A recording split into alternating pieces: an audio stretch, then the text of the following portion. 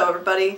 Today I would like to talk about how people, mainly the big YouTubers, are afraid to give opinions on really anything on YouTube.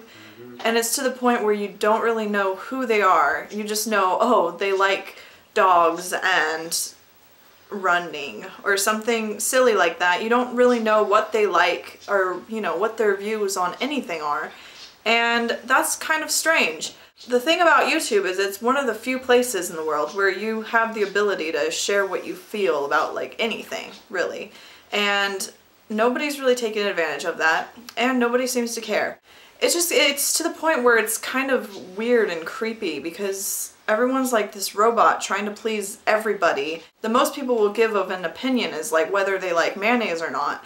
And even then they're like, oh no, I'm gonna start a little fight down there about mayonnaise.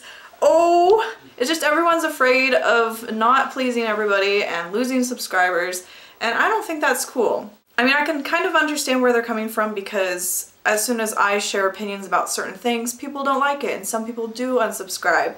And you know what? I don't really have a problem with that because I'm not lying about who I am or anything like that. I'm not gonna say who it was, but someone was like, oh, I gotta be politically correct. I can't share my real opinion about what I thought about this movie.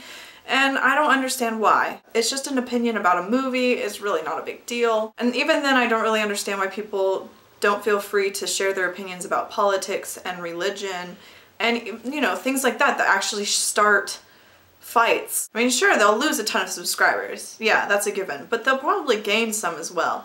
And some people value people's opinions, and I think it's good to share what you think about things. When I started YouTube, I know I didn't really share an opinion or anything about anything important, but I still felt like YouTube was one of the few places left where I could share who I was, and I still feel that way. And I do every once in a while worry about sharing an opinion about things just in case it might offend someone, but I don't think, personally, I don't think my views are offensive.